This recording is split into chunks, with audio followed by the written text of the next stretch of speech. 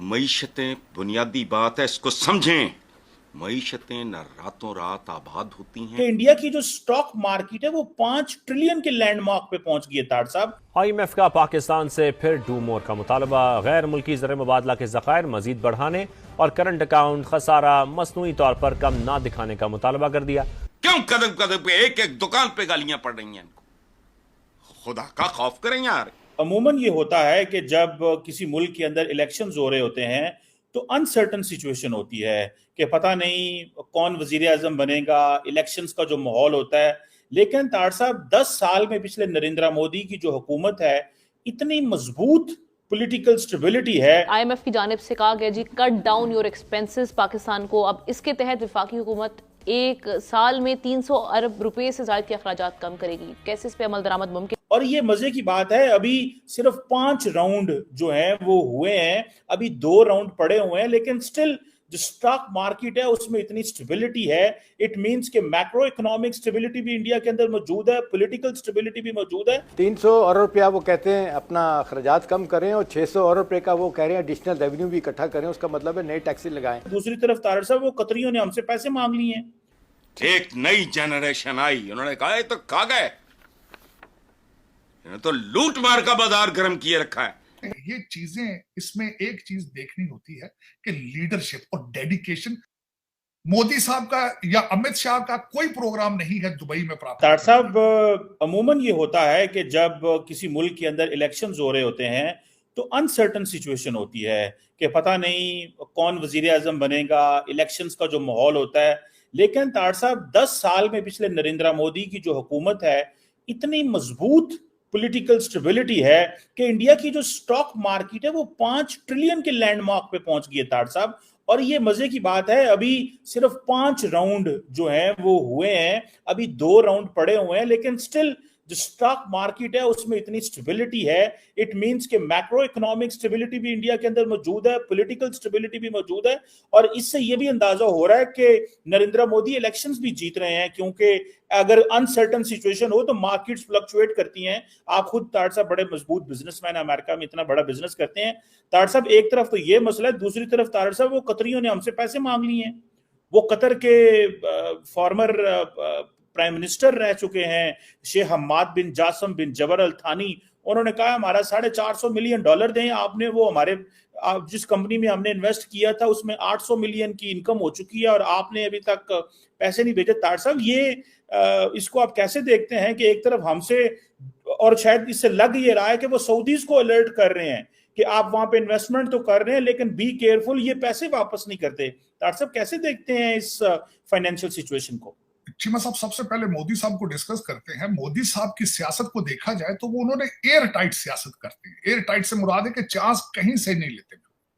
और दूसरा जो मैंने बिलखसूस ये देखा है कि जिस तरीके से मोदी साहब का, जब अगर आप पोर्टफोलियो स्टडी करते हैं, जिस तरीके से उनकी डेडिकेशन और उनकी एक जिस तरीके से ही started as a political worker, और फिर और जो मैं बिलखसूस से खास कर बात करता हूं कि मोदी साहब अपने जब लोग सियासतदान जब जीत जाते हैं तो वो एक रिलैक्स मूड में चले जाते हैं, फिर गलतियां भी करते हैं, फिर बदले भी लेते हैं, बदले की सियासत भी करते हैं, फिर चांसेस लेते हैं। टीम मेंबर्स अपने, उनके वजीर जो है उनको खुली छुट्टियां मिल जाती हैं, करप्शन में बात। मोदी साहब अपने इलेक्शन कैंपेन मोड से बाहर ही नहीं आते। अब ये देखें, अगर रीसेंट इलेक्शन को अगर देखा जाए, इस इलेक्शन मोदी साहब के इंटरनेशनल दौरों से चीज शुरू होती है, फिर चंद्रयान की बातें फिर होती है, फिर उसके बाद सूरज के ऊपर जो चीजें, फिर जिस तरीके से टीम बिल्डिंग प्रोसेस में, और जिस हर एक दुनिया के अंदर जो इश्यूज आते हैं, सोच सोच के कदम उठाए जाते हैं। देखें, उन्होंने 7 अक्टूबर को उन्होंने हमास को कंडेम किया, फिर उसके बाद सिचुएशन चेंज हुई है तो उन्होंने अपना सपोर्ट चेंज करके वो फलस्तीनियों के साथ चले गए। किस तरीके से अभी रिसेंट अगर देखा जाए इस इलेक्शन से पहले, बल्कि रशिया से तो आवाजें भी आई है चीमा साहब कि भारतीय इलेक्शन के अंदर अमेरिका जो है वो मेडलिंग कर रहा है, लेकिन बड़ा सेंसिटिव मैटर था, लेकिन किस खूबसूरती से हैंडल किया गया है।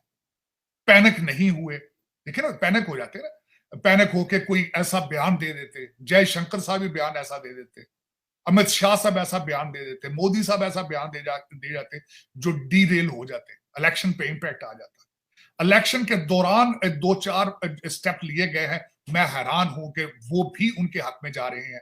जिस तरह आप देख लें, दिल्ली के चीफ मिनिस्टर साहब हैं जेल में, केजरीवाल साहब, लेकिन कोई असर नहीं पड़ा। उसके बाद आप देखें कि इस इलेक्शन के दौरान ही आज ईरान का ये हादसा हो रहा है। इलेक्शन के दौरान, इलेक्शन तो हो रहा है। फिर उसके बाद मैंने देखा है जिस तरीके से आज हम बात कर रहे हैं स्टॉक मार्केट की, आज से हफ्ता पहले थोड़ा सा फ्लक्चुएशन हुई है, लेकिन 2 लोगों ने फौरन उसको कवर करने की कोशिश की है। अमित शाह साहब ने भी स्टेटमेंट दी थी, डॉक्टर जयशंकर साहब ने भी उसको एड्रेस किया था, इसी फ्लक्चुएशन को।